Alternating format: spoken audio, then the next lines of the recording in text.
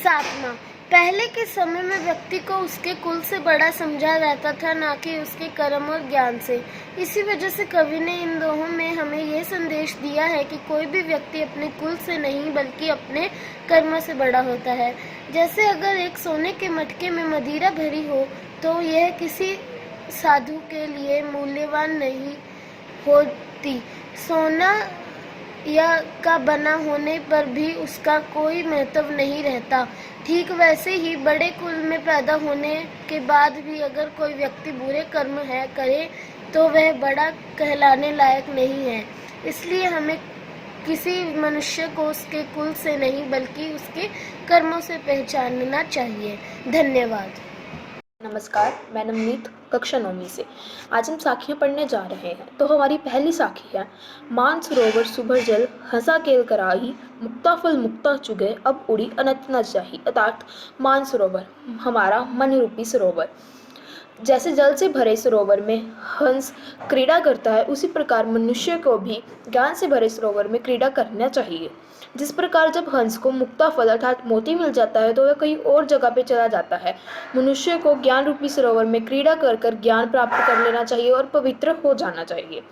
अगली साखी, प्रेमी ढूंढत मैं मिरो, प्रेमी मिला न कोई, प्रेमी को प्रेमी मिला सब विषमृत होई। प्रेमी अर्थात सच्चा ईश्वर भक्त। मैं सच्चे ईश्वर भक्त को ढूंढने निकला तो मुझे कोई सच्चा ईश्वर भक्त नहीं मिला। प्रेमी को प्रेमी मिला। जब सच्चे ईश्वर भक्त को सच्चा ईश्वर भक्त मिलता है तो जो विष होता है वो भी अमृत में परिवर्तित हो जाता है। अगली साखी है हमारी, हस्ती चढ़िए ज्ञान को सहज दलीचा डार, स्वान रूपी संसार है भूंकन दे जखमार। हस्ती हमें हाथी, हस्ती अर्थात हाथी, हाथी की सवारी करनी चाहिए और ज्ञान को प्राप्त करना चाहिए। जो हमारा स्वान रूपी अर्थात कुत्ता रूपी संसार है वह हमेशा हमारी आलोचना करेगा, परंतु हमें उसकी परवाह किए बिना ही हमेशा ज्ञान की प्राप्ति करनी चाहिए और आलोचना की परवाह नहीं करनी चाहिए। हमारी अगली साखी है, पखा पकी के कारणे सब जग रहा भुलान, निरपक होई के हर बजै सोई संत सुजान। अर्थात पका पकी पक्ष विपक्ष के कारण पूरा जग आपस में लड़ता रहता है, परंतु सच्चा ईश्वर भक्त सच्चा संत और ज्ञानी वही है जो इन दोनों में ना पढ़कर निरपक्ष होकर केवल परमात्मा की ही भक्ति करता है। अगले है, हिंदू मुआ राम कहे मुसलमान खुदाए, कह कबीर सो जीवता जो धो के निकट न जाए। जो हिंदू है वो भगवान को राम कहते हैं और जो मुसलमान है वो भगवान को खुदा कहते हैं, परंतु इन दोनों में से सच्चा ज्ञानी वही है जो दोनों के निकट ना जाकर केवल ईश्वर में विश्वास रखता है और उसकी भक्ति करता है। अगली साखी है हमारी, काबा फेरी काशी भया, रामी भया रहीम, मोटा चून मैदा भया बैठी कबीर जी। काबा जो मुसलमानों का पवित्र तीर्थ स्थल है, जो वहाँ पे जाकर वो अपनी पूरा पूजा आराधना करते हैं, उसी प्रकार काशी हिंदुओं का तीर्थ स्थान है, परंतु भगवान तो केवल एक ही है। उसी प्रकार चाहे हम मोटे आटे की रोटी खा लें चाहे मैदे की, परंतु हमारी भूख तो मिट ही जाती है। इसलिए हमें भगवान एक है, हमें भगवान की ही पूजा करनी चाहिए, उसमें कोई भी भेदभाव नहीं करना चाहिए। अगली साखी है हमारी, ऊंचे कुल का जन्मिया जे करनी उच्च ना होई, सुब्रन कलश सुरा भरा साधु निंदा सोई। अर्थात ऊंचे कुल में जन्मा हुआ, चाहे कोई भी इंसान अगर ऊंचे कुल में जन्मा है फिर भी अगर उसके कार्य उसके कर्म उच्च नहीं है, वह नीच कर्म करता है, तो वह ऊंचे कुल का नहीं कहलाया जाएगा। इसका उदाहरण देते हुए कबीर जी हमें बताते हैं, सुब्रन कलश अर्थात सोने का कलश, सूरा भरा, सूरा अर्थात शराब का भरा हुआ। अगर हम सोने के कलश में भी शराब भरते हैं तो भी साधु उसकी निंदा ही करते हैं। इसके द्वारा कबीर जी हमें समझाना चाह रहे हैं, जैसे सोने का कलश बहुत ज़्यादा अमूल्य है, परंतु उसके अंदर जो हमारा पदार्थ है शराब है वो अपवित्र है, इसलिए साधु उसकी निंदा करते हैं। उसी प्रकार ऊंचे कुल में जन्मा हुआ व्यक्ति अगर नीच कार्य करेगा तो उसकी निंदा ही होगी। तो आगे है हमारे शब्द पद, मौको कहाँ ढूंढ बंदे मैं तो तेरे पास में, ना मैं देवल ना मैं मस्जिद ना काबे कैलाश में, ना तो कोने क्रिया कर्म में नहीं योग बैराग में, खोजी हो तो तुरंत मिले है पल भर की तलाश में। कह कबीर सुनो भाई साधो सब स्वांसों की स्वांस में। अर्थात मौको मुझे कहाँ ढूंढ रहा है, ईश्वर भक्त से कहते हैं कि हे भक्त, तू मुझे कहाँ ढूंढ रहा है, मैं तो तेरे पास हूँ। हमने अक्सर सुना है कि हम सभी कहते हैं ईश्वर हर के अंदर बसता है। उसी प्रकार ईश्वर भक्त से कह रहे हैं कि तू मुझे कहाँ ढूंढ रहा है, मैं तेरे पास ही हूँ।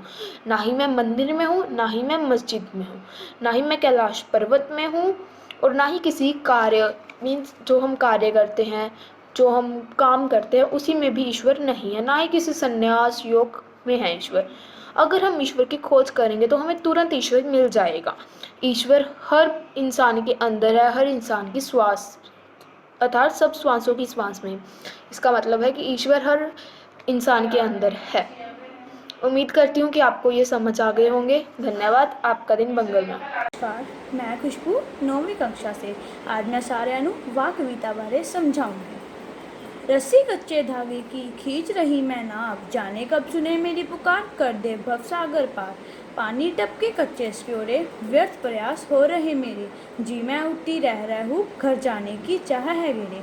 इसमें कवियत्री लल पद जी इंसान के जीवन के बारे में बताया गया है। वह इंसान के जीवन को कच्चे धागे की बता रही है, जो कि एक सेकंड में ही टूट जाती है।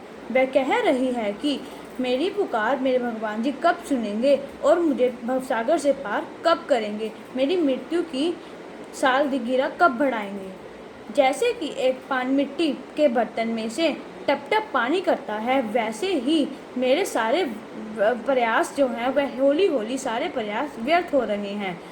मेरे मन में भगवान जी के पास जाने के लिए बहुत सी चाह हो रही है और मैं भगवान जी को पाने के लिए तरस रही हूँ। खा कर कुछ पाएगा नहीं, न खाकर बनेगा अहंकारी, सम खा तभी होगा संभावी, खुलेगी साकल बंद द्वार की। इसमें कवियत्री ललपत जी कह रही हैं कि अगर तू सारा दिन खाएगा पिएगा सो जाएगा तो भी तेरा कुछ नहीं होगा, पर अगर तू ईश्वर जी के लिए व्रत रखेगा तो तेरे मन में घमंड ज़्यादा पैदा हो जाएगा, क्योंकि तो ऐसे सोचेगा कि मैंने भगवान जी के लिए व्रत रखा है, मैंने पूरा दिन ना ही कुछ खाया है ना ही कुछ पिया है, इसलिए मेरे पास मेरे ईश्वर जी जरूर आएंगे। तो नहीं, वह घमंड ही भर जाएगा।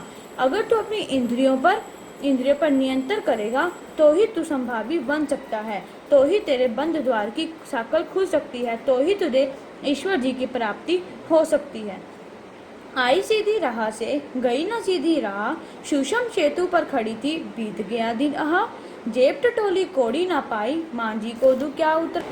इसमें कवित्री जी कह रही हैं कि जब वह जिंदगी में आया था तो वह एक सीधे राह पर आया था और कह कर आया था कि मैं भगवान जी की प्राप्ति करूंगा, पर जब वह भगवान जी के पास वापस जा रहा होता है तो उसको भगवान जी को गिनाने के लिए अच्छे कर्मों की गिनती बहुत कम होती है।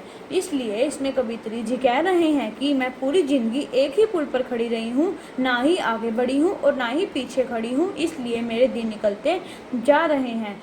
मैंने जब अपने अच्छे और बुरे कर्मों की गिनती गिनी तो मेरे अच्छे कर्म मेरे बुरे कर्मों से ज़्यादा नहीं थे, इसलिए वे कह रहे हैं कि हमेशा अच्छे कर्म करेंगे तो भगवान की प्राप्ति हमें हो सकती है।